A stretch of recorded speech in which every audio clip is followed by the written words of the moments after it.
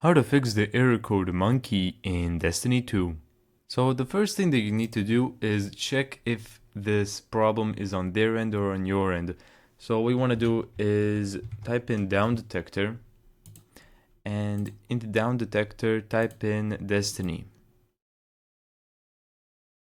So here, as you can see, the reports for today have been rather low. It's only been up to 5 or 10 reports every hour. So as you can see right there, the server is not down right now. But if it is down, the only thing that you can do is just wait until the servers get up again and try entering the game then.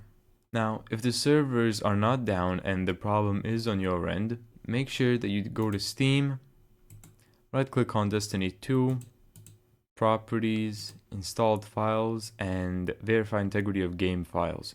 What this will do is basically just repair your game. Now if this doesn't work, you can try creating a new character in Destiny 2, and that will definitely solve the issue. But now do be warned that the other characters will not work until Destiny finds a way to fix the issue. And there you go, that's how to fix the error code monkey in Destiny 2. Thank you so much for watching this video. If you found this tutorial helpful, make sure to give it a thumbs up and subscribe. And as always, see you in the next video.